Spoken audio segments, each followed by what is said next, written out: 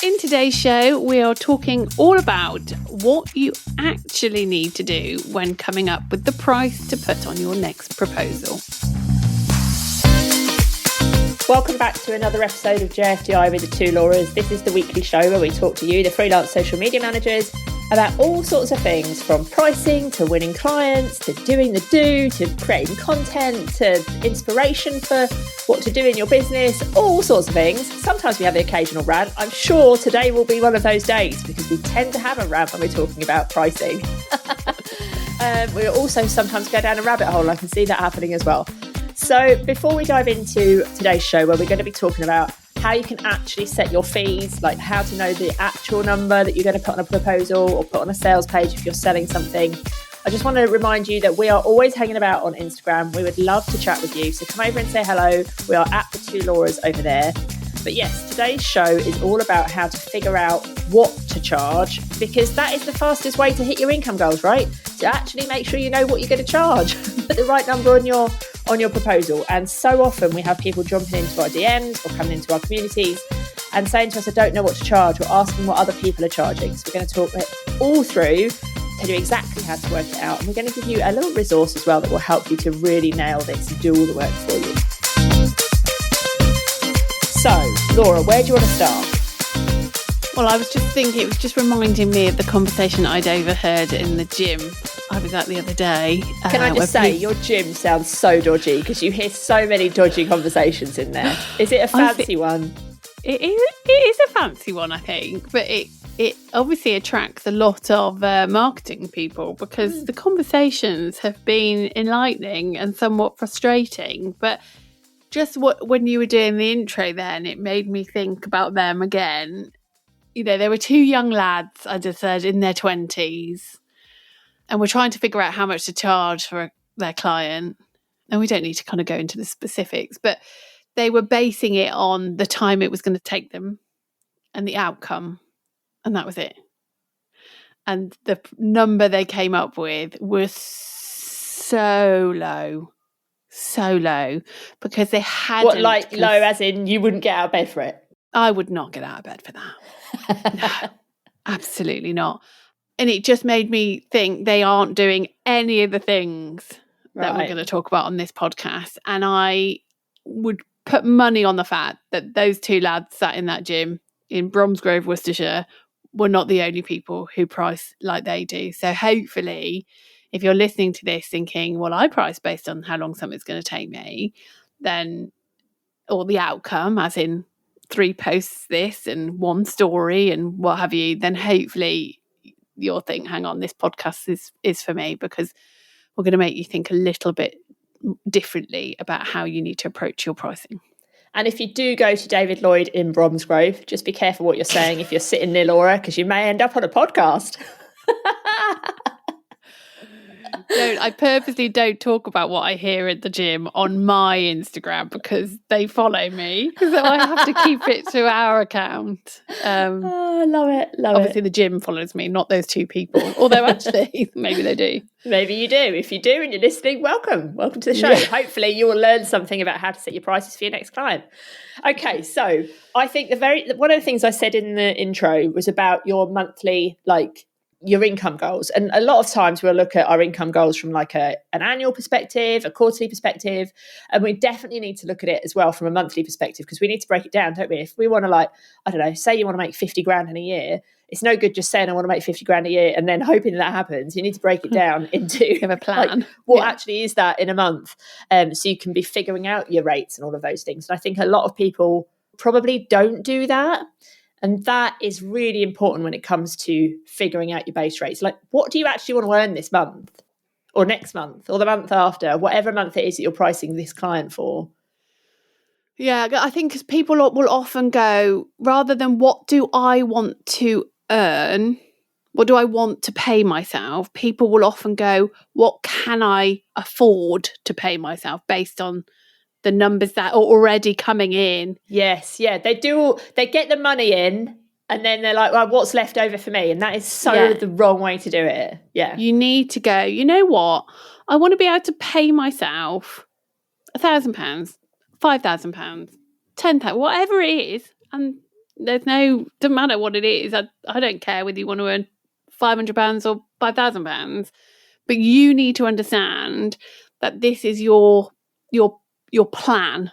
Like, this is your aim. You want to be able to pay yourself this, because as you have rightly said, Laura, if you don't have that in your mind, you therefore can't have a plan to achieve it. And then if you don't have a plan, it will not happen. And it's almost like you need to think about yourself as a team member or a member of staff that has to be paid. You have to pay that person their salary. Yeah, because if you did have a team member, you would have to pay them. So why are you any different? Why shouldn't you be paid when you're doing all this hard work? So you have to figure out what is, like, and think of it in terms of a salary. What is the salary you want to take out of your business every month? And that's the number you need to work to. It can be, I want to have, and we'll come on to profit, but it can be, I want to pay myself X amount a month. And it's, a nice, it's a fairly low number, and that's fine. But then at the end of the year, you want to give yourself a massive, great big bonus that's going to pay, however you want to do it, that's fine. But you do need to understand what you are literally paying out of the bank each month for you to then pay your mortgage or do whatever else you need to do with it. Yeah, exactly. And like, there might already be money coming into your bank, coming in from other clients. You might be figuring out a price for a new client, but you've already got 2 clients. So you already know some money that's coming into your bank, some money that's coming into your business that can go towards that salary. So you can consider that when you're doing your maths. You don't have to consider it, because you might just think, actually, I want to make more. But that is one of the numbers that you can consider. Yeah, absolutely.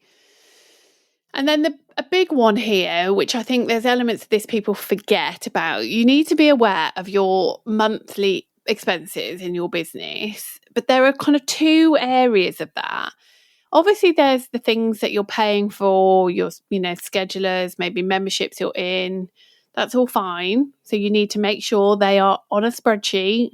If you've got the social media manager's toolkit, you can use the spreadsheet that I still use now to this day, that my husband, who's an accountant, created for me, to make sure that they're always in there. Make sure that you're updating those each month if the pricing changes or if you added new tools in there.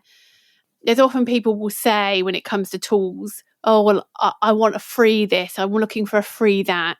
You shouldn't be working like that. You should be putting in the tools that you want to be able to use and need to use to do a good job for your business. They need to be included in the math, so you can then come up with a price in that proposal, which means that your clients are contributing to the tools that you want in your business. Yeah. It shouldn't be that you forget about the tools, you win a client, and then you kind of think, I don't want to spend the money coming in my business on tools, so I'm looking for free things. It shouldn't work like that. You're a business. No, because I think a lot of times people are thinking that's coming out of their salary that they're taking. Like, if you said to yourself, I want to take £1,000 salary, then you're thinking that those tools are coming out of that. No, you should be adding that on to the salary. If the salary is £1,000 and you've got to spend 100, then you know that you need at least 1,100 coming in, right? Yeah. So you need to think about it on top of that, for sure. Yeah. And also, just on that topic with tools, if you are taking on clients that need tools that you are not using with other clients. So, for example, maybe you're taking on a client and you've discussed lots of competitor analysis, right? So you're going to need a tool like Social Insider, something like that. You need to be thinking about and going and researching, what is this tool that I need? How much is it going to cost before you ever think about putting that proposal in? Because you need to know those numbers. So even if you're not using them now, if you're going to use them for a future client, you need to figure that out now. Yeah, absolutely. Yeah. Every single expense in your business needs to be in this spreadsheet, any spreadsheet. Yeah. If you've got your own spreadsheet, that's fine. They just need to be somewhere so you know how much you're spending. But you also, in addition to that, kind of the second part of this is that you need to be putting away money each month for future expenses.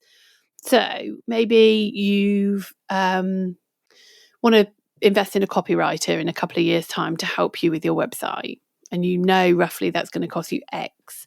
So you could say for argument's sake, it's going to cost you £1,200. So you could say, right, I'm going to be putting aside each month £100 because in the future I'm going to need to invest in that. Or maybe you want to go to a couple of conferences next year and you know that they're going to roughly cost X. So you want to put aside money each month to be able to build up this pot of money to be able to spend it when you need it. Because we've talked about this on other podcasts, but you always want to have your zero in your bank shouldn't be the number zero.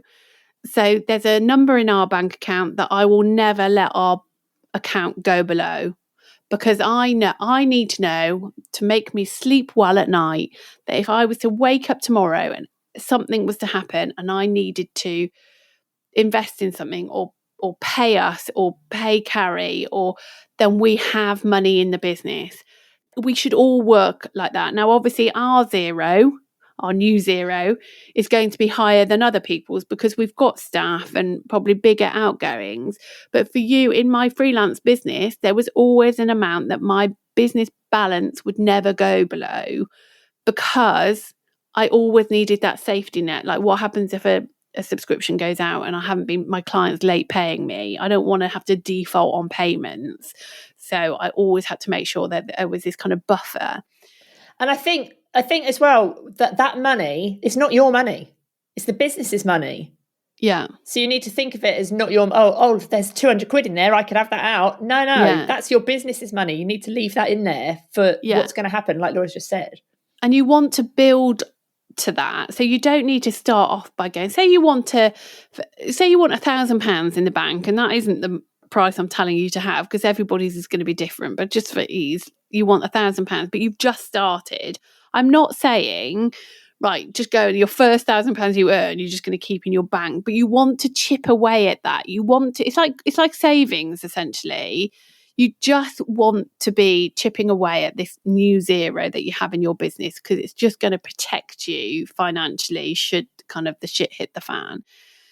So when you're thinking about your expenses, you're thinking about things that you're already paying for, things that you want to pay for or need to pay for to be able to deliver the service for your next client, things that you need to be putting money aside in your business because you want to invest in the future, whether it be tools, people, memberships, conferences, whatever it is, you want to be chipping away. So you, again, having some savings to be able to invest in those things in the future. But you also, especially if you're new to business or haven't done this in the past, you want to be putting money aside that you are going to create you that business buffer, that new zero.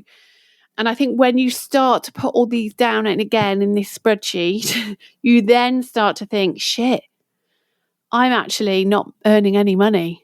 When you think I'm only charging a client 200 quid, but your outgoings, 200 quid a month, but your outgoings are £300 a month, you suddenly start to realise, hang on, I'm not making any money. I'm not going to be able to pay myself. And we've not even finished with the list yet. No. So it's really, really important that you consider everything. So what your actual spending is and what your forecasted spending is going into the future. And then obviously you've also got to think of tax, like what is the percentage of tax that you're going to have to pay? And so like I used to put away more than my tax so that I could build up that buffer that you've just talked about. So whereas some people would put away 20% tax, I would put away 25, 30% if I could, so that I knew that then, I had enough for my tax, because that's not my money, not allowed to spend it, that doesn't belong to me.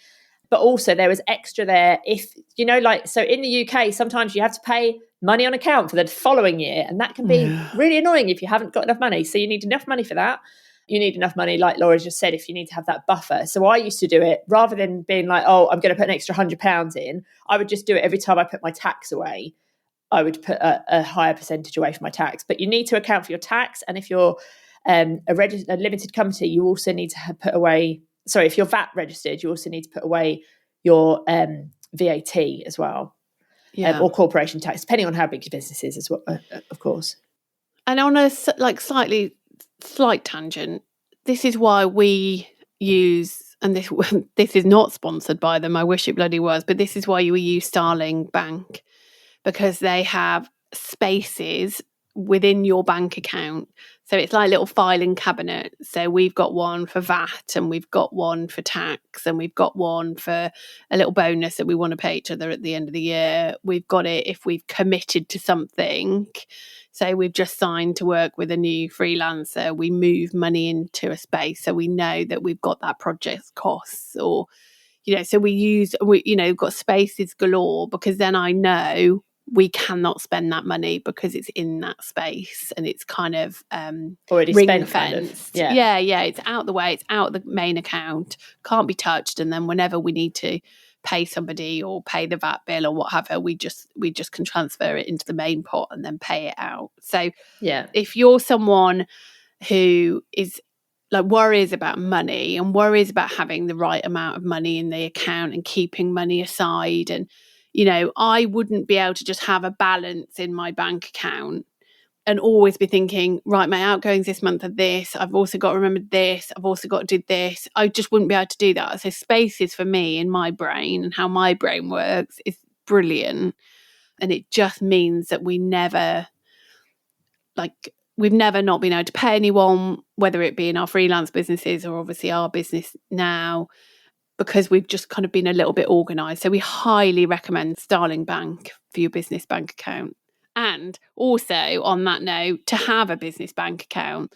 There's lots of people who will just have it paid, their earnings paid into their personal account. And I just think things get like really messy there. Like, how can you be really clear? And then it's that whole mentality of that all the money that comes into your account is your money and you can go away and spend it in, Zara or Sainsbury's or whatever, but it's not. So having a business bank account, even if you're a sole trader, you don't technically have to have a business account, but we highly recommend you do, just so you can be really organised. Or even just having a separate account. It doesn't have to be a business account. Just a separate one is fine. Yeah, an account for your business, whatever that technically is. The other thing we do, and this is on a slight tangent, is that we have a business credit card. So most of our expenses we put on the credit card for various reasons, but the main reason, because we then get benefits. Points. So my husband has one of his business, he gets cash back every month. We get air miles. It depends what, there's so many benefits to having a business credit card or even a personal credit card that you just use for your business, for paying for all of these expenses that you then get rewarded for. So long as you've then set up some way in your business account that will then pay off that credit card in full. So you're never paying any interest on it. Yeah, I think that's an important point. That could be a really good business move too. So you can add, especially if you've got a cashback one, you can be adding more money into the account because of the cashback. Perfect. Yeah. Just always make sure you're paying off that balance each month. In full, as Martin Lewis used to say. Did he? Yeah, all the time. Okay. Although I think I sounded a bit more like the bloke off of Bullseye then. Anyway, probably too young special to prize in one, a cruise ship. Yeah, anyway, a speedboat. The other thing that people never ever seem to take into account, which is kind of baffling, is the profit that they want to make. So they've thought about the salary of how much they want to take out. They've thought about all the expenses maybe they've got to have. They maybe have even thought about the buffer to put in the bank, but they've not thought about any profit. And if you're a business owner, you don't just want a salary, you want your profit too. And that profit can be used for all sorts of, you can go and put it in your pension, you can go and make investments. There's so many different things you can do with profit. But if you're not adding that into your fees when you're setting them up, you won't have any profit. So you have to think about that as well. Yeah. And you can have, and again, people, you might be listening to this thinking, Jesus Christ, at this rate, I'm going to have to be charging thousands and thousands and thousands you should be. But even to just plan to add a small amount of percentage profit into your business, a tiny percentage is fine as you start off. 1% is literally better than nothing. And as your business grows and your income grows and your availability of potential profit grows, then you can obviously add to that. And, we all know freelancing isn't this nice trajectory of increased income. It goes up, it goes down. It's definitely a bit of a roller coaster. So, make hay while the sun shines. When things are good, maybe put more money aside for profit, because that's the kind of thing, these profits are the things that are going to help you when things go down. So don't go, yay, I'm making more money, I'm just going to take more money out. try to have a business head on your shoulders when you're making these kind of decisions. Yeah, definitely. We've actually got a calculator that will help you to do all of this stuff and help you to see like what your base rate should be and how much you could make if you're offering other services as well. Yeah. So definitely go and grab that. If you go to the twolauras.com/pricing, you will be able to put in all the numbers that we've just spoken about. So you could put in how much you want to take in terms of a salary. You can put in how much you've already got from your existing clients. You can add your expenses, your tax percentage. You can put your profit in there as well. And it will tell you like the minimum rate that you should be charging for that next client coming along, which you can then obviously use as a base rate, add more money on if you want to increase that percentage so you can make more. But at least then you know that what you're going to have coming into the bank and that you've got the right amount coming in to pay you, etc. Yeah, and that's just to reiterate that point. Whatever the calculator tells you that you need to charge, that's like the minimum. The minimum you need to charge for your business to build a profitable business. That doesn't need to be the number that you actually put on your proposal for your next client, because we know that those prices have to be bespoke to what they want, the size of the account, the deliverables that they need, the value that you're bringing, all of that. And that's variable and that's bespoke to your client. What this is giving you that absolute bare minimum that you need to charge. And just as a guide, right, I've got this calculator open on my screen. If I was saying to myself, I want to take home £1,000 a month, even if I've got zero income coming in and I've got zero expenses, which, spoiler alert, you won't have zero expenses. If I do the maths to take home £1,000 a month and I want to have 5% profit in my business, I need to charge over £1,300. And that, if you're charging low fees now, that might seem like a lot of money. But in reality, for a social media manager, for social media management services, or for an ads manager, what have you, that is not a lot of money for a business to be spending out. They will be spending more than that on an employee doing like the most basic jobs that they're doing in their business. And what you're delivering will help them to make more money, bring more sales into their business. So just always remember that social media management is a 4-figure service. It should never be below £1,000. In my opinion, it should be a lot more than that. So when you're using this calculator, if you're looking at it going, God, that's steep, just that might well be steep in relation to what you're currently charging, but it isn't steep in the big grand kind of scheme of things. You have to remember that. Yeah, and there are people probably doing the exact same things that you are with your clients, but charging 3, 4, 5, sometimes 10 times what you're charging. So if they can do it, so can you. Yeah, absolutely. Okay, so hopefully that will have been an eye-opening podcast for some of you. Just to give you that link again, if you're after that calculator, it's the twolauras.com/pricing. So come and have a type all your numbers in, and hopefully it will give you a nice base rate for you to put on your next proposal. And yeah, if you're really struggling with this and you're struggling to find these kind of 4-figure clients and win them and work with them, then do check out the Social Media Managers Toolkit as well, which is all about helping you to do just that. So the link will pop in the show notes, and that is the twolauras.com/toolkit. So that's it. We will be back next week. You had to think about it then. Yeah. Like it's always the same. Always on a Tuesday, next week. Every week. But yeah, you have to think about it. Yeah, next week. We'll see you next week. Have a good week. Ta-ra! Ta-ra! Bye!